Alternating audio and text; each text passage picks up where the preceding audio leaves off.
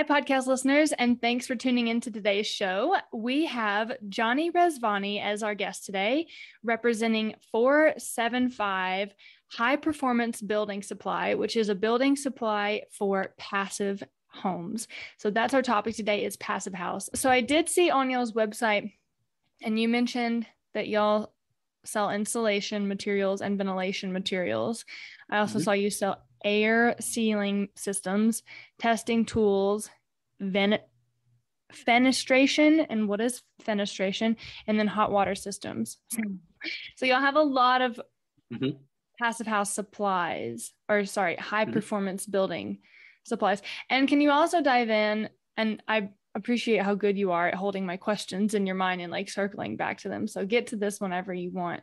But why did y'all choose the word high performance building supply versus PassivHaus supply? Yeah, that's a good question. So the reason why is because it is more broad. I would say that of the companies we work with, of the buildings that we work on in some capacity, probably 20% actually get the PassivHaus certification, something like that. Wow. The other 80% are just very, very good buildings. And so something we would classify as a high performance building. And so technically the majority of what we do would be classified as high performance. And what's interesting is that there's many different levels. We usually see the introductory level, like people who are first getting into this, first saying, I just want to build better. Usually it really just means changing your weather resistant barrier. And it's a very simple change. You already use a weather resistant barrier. You're just using one that performs better, slightly higher performing. And it's gonna change the, I can't give you an exact percentage, but let's say it's going to make it, somewhere in the neighborhood of 25% better in terms of energy use, just by changing that WRB, something in that category. But which I should mention, if you make the average building energy use for a building that meets the PassivHaus standard, it's going to use 1/10 the amount of energy of the average building, 1/10 of a brand new building built to code today. And so that's the scale. The difference, 90% reduction in the energy that's coming in and out of the building. And for that reason, like for instance, when you talk about solar, so you can imagine now, if you want to be net zero, if you have just built a standard building and now you throw some solar panels on it, you might not have enough room on your roof for all the solar you need to make it to net zero. If you build a PassivHaus, you use 1/10 the amount of solar panels that you're going to need. And so you can absolutely run a whole building. You could run a multifamily building with a tiny roof. You could have enough room for the solar to cover that whole building if you're using 1/10 of the energy. I love the concept that is embedded in PassivHaus or passive building, as we could translate it to, of building in cardinal directions, because like that makes so much sense. So I'm sitting on the east side of my house right now, and we have, you can see in my mirror right there if you're watching the video or whatever, but I have a window facing east, and I am, honest to God, I'm roasting right now. I have on a t-shirt and a sweater, so I'm keeping my sweater on because it looks better for the video portion, the 10 minutes of video that I'm putting on YouTube. But I'm freaking roasting up here because it is hot. So yeah, I'm just going to leave it at that. So we're actually looking into getting solar on our roof right now, which I'm really hopeful is going to help with some of that heat absorption that comes from the top of the roof, because I don't think there's an attic above us either. So it's pretty direct. We also got some cellular shades. I only went with the singular cellular shade because I didn't want the light to be reduced, because I love natural light, versus a double cellular shade, which I know is better for capturing that heat and maintaining room temperature regulation a lot better. But I love that the PassivHaus is cognizant of building in direction with the sun and helping cool the building or heat the building based on that.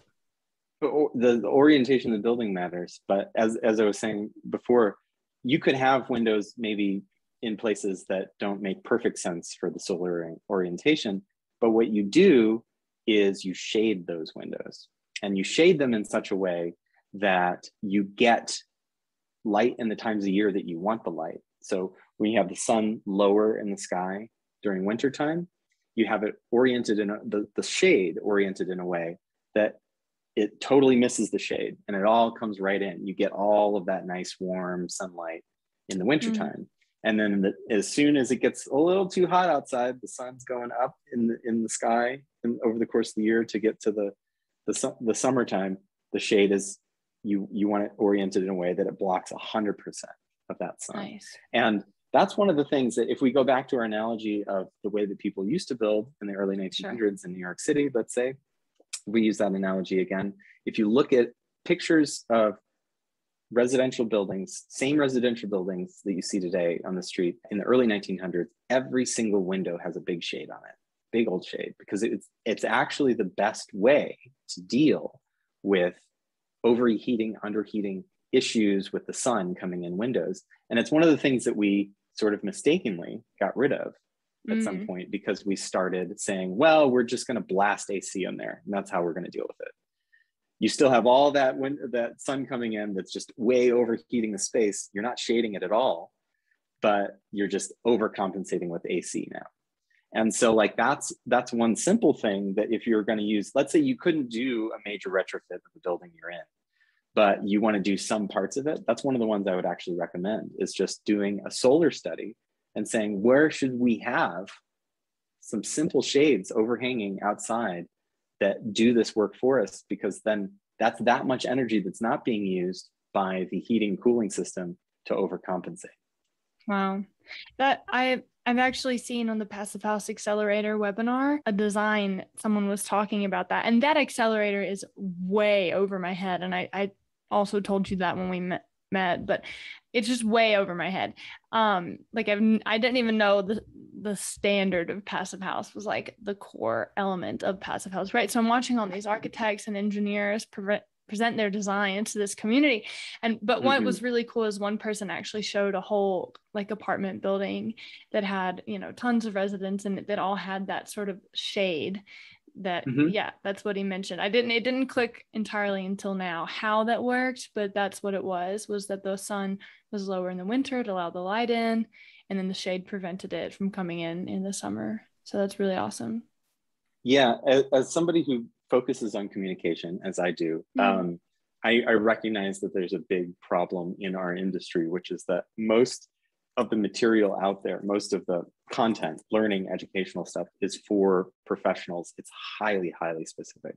And it is not, it's not easy to even comprehend what we're saying half the time, because we're using all this jargon. We're using all of these details of buildings that, even though we all live in buildings, we all understand fundamentally lots of parts of these. The putting it together means that you have all of this insider jargon, that is not familiar to people who aren't building professionals. Yeah. And so that's one of the biggest problems we have in advancing PassivHaus within North America, because it is way further advanced in Europe, for instance, especially Germany, where it originates from, is getting the word out there about how much better it is to live in these buildings.